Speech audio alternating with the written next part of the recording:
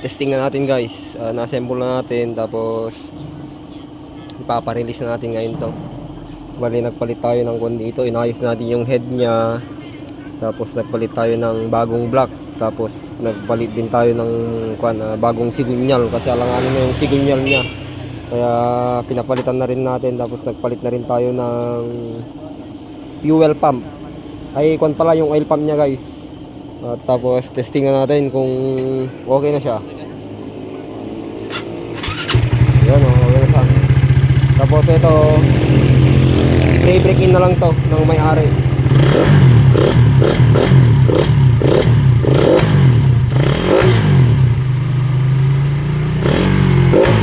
Bali konto naka 62mm throttle body injector yung nakasalpak dito guys.